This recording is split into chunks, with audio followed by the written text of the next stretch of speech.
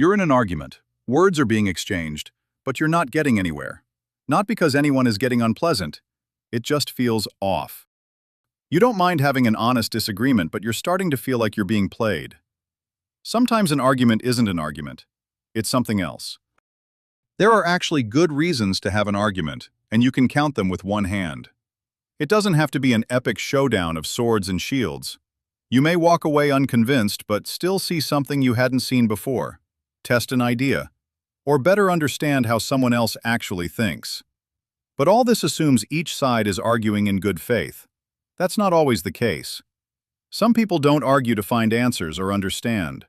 For some, arguing is competitive sport. Winning! Other times it's to perform for an audience.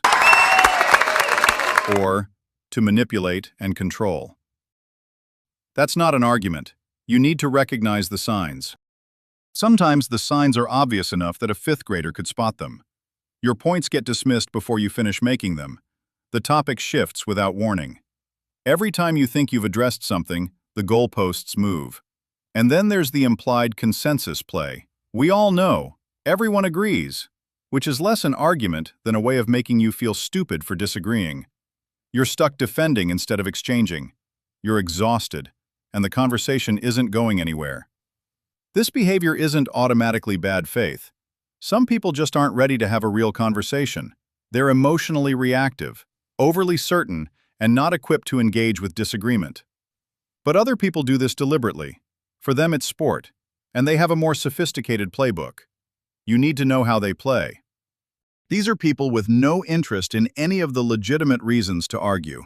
They are master debaters. Arguing for their own sheer pleasure, performing for others, or to manipulate, control, or just rhetorically destroy you. You answer one point, they counter with three unrelated ones. They drop bombs of half-truths and falsehoods to overwhelm and confuse. You narrow the discussion, they widen it again. You clarify your position, they reframe it into something easier to attack. They interrupt with sarcasm and humor to disrupt and rattle you. And the most skillful move of all, they'll concede a point or two. Appear reasonable, open-minded even. It's a performance. Don't be fooled by it. Although you can't always know for sure if you're being played, the symptoms are the same. A conversation that goes nowhere, or backwards. If this is what you're facing, what you do next depends on your relationship with the person you thought you were arguing with. You have options. More than you might think. The cleanest one is to simply disengage, walk away. This isn't cowardice. It's taking control of your time, attention, and energy. A bad faith argument doesn't deserve any of them. You can make it explicit and say, I don't think this conversation is productive anymore. Then exit stage right.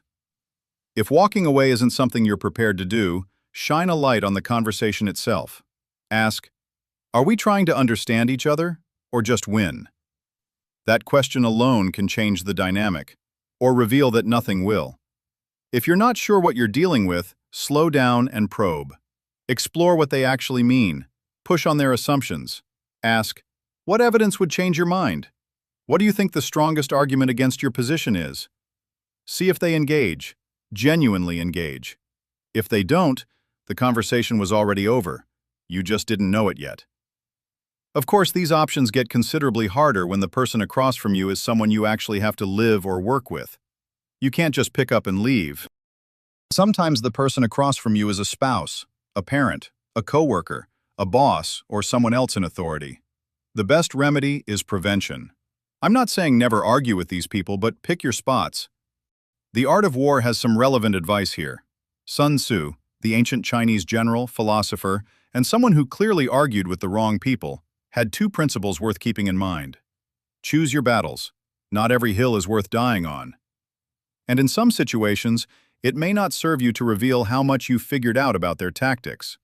In constrained relationships, the goal shifts. You're managing the relationship while protecting yourself. Sometimes that means a tactical withdrawal. Other times it means calling out the behavior directly and accepting the consequences. Truth and power are not always aligned. Not every conversation can be fixed, not every disagreement can be resolved, and not everyone acts honorably.